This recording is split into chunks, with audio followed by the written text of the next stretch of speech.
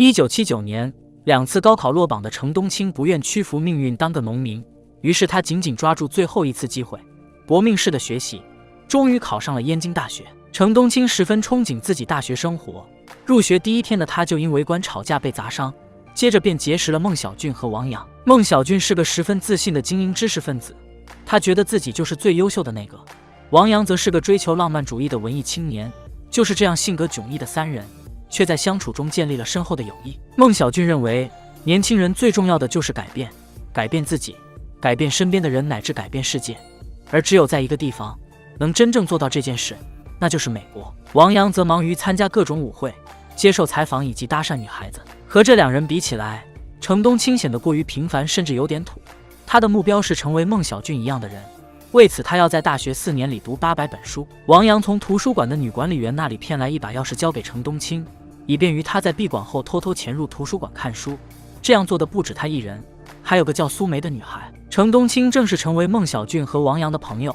还要从那次打架事件说起。在一个教授关于美国的讲座上，孟小俊和王阳对于教授口中美国种族歧视的问题很是不屑。他觉得美国是唯一一个能做到梦想面前人人平等的国家。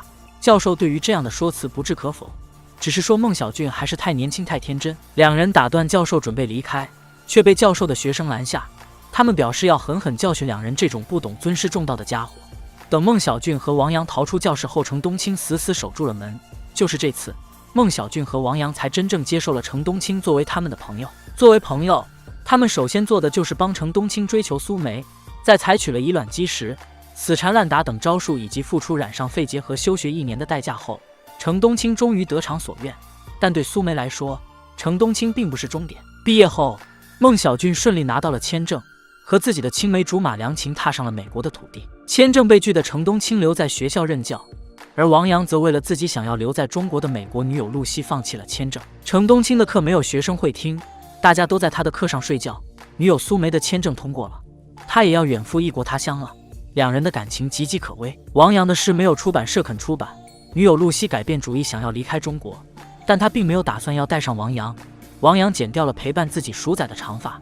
这个浪荡子一夕间爱情和梦想全都宣告失败。比起陈东青和王阳，孟小俊觉得自己的实验室助教生活简直就是天堂。但好景不长，教授告诉孟小俊，一个专业对口的学生要代替他的位置，他可能需要找个新工作了。孟小俊工作失利，程东青在校外办补习班的事情也被校方知道了，他被开除教职，祸不单行。苏梅打来电话和程东青提出了分手，他不可能离开美国，所以选择离开程东青。离开学校，程东青蹭着肯德基的地方办起了补习班。事实证明，一个人被逼到绝境之后的选择往往是对的。程东青独特的教学方法吸引了不少学生，于是他将补习班从肯德基搬到了废弃国企的工厂里，同时还拉了王阳入伙。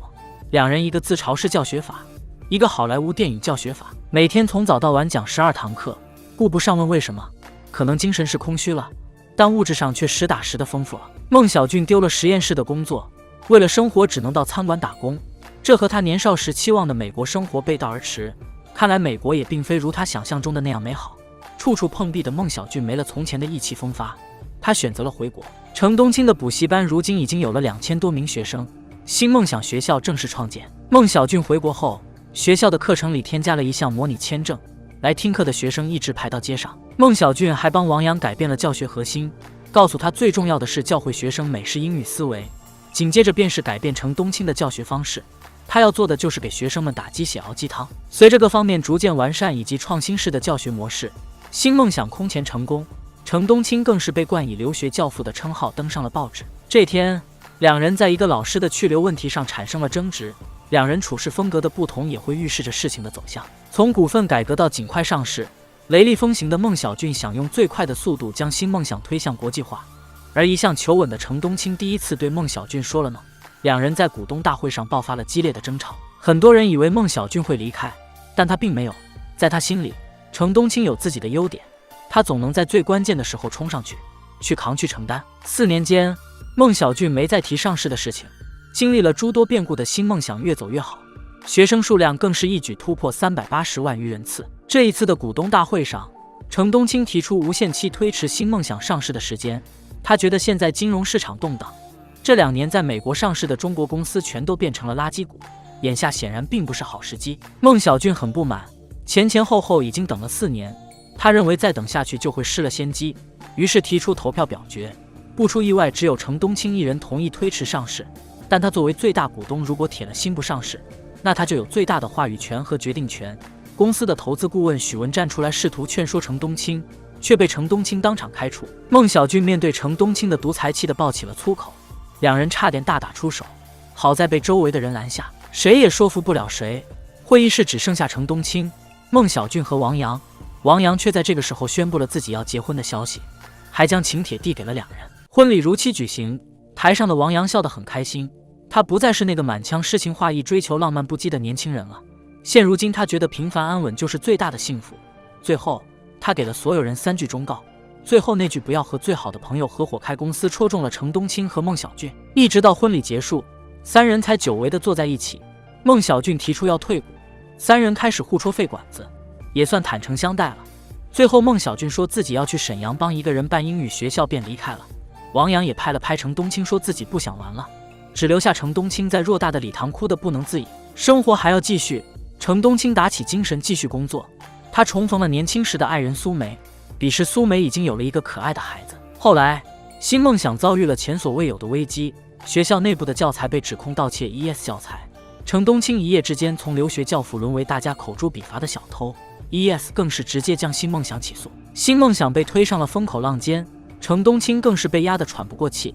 就在他一筹莫展的时候，孟小俊和王阳找上了门，他们陪着程东青来到美国。和 ES 的第一轮对峙没有产生结果，3人在孟小俊曾经打工的西餐厅吃饭。就像那个老太太说的，曾经刁难孟小俊的女人现在还在餐厅里做服务员。孟小俊向两人讲述了自己带着事业来到美国的遭遇，并不像他曾经以为的那样获得应有的尊重和认可。美国人高高在上，一切就如同老教授说的那样，他还是太年轻太天真，美国从来就不是最公平的战场。3人会心一笑，吃完饭他们就去攻陷美国。第2轮会谈上，程东青针对 ES 提出的中国学生考试成绩过高的问题，用自己的亲身示范证明了中国学生的聪明程度，以及他们为考试做出的巨大努力。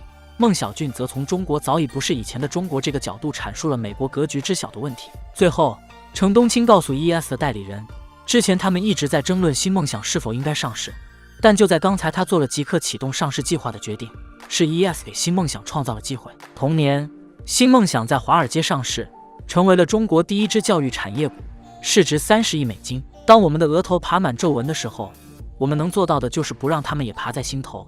也许在大千世界我们如同蝼蚁，但初心不改是我们能做的对命运最有力的反抗。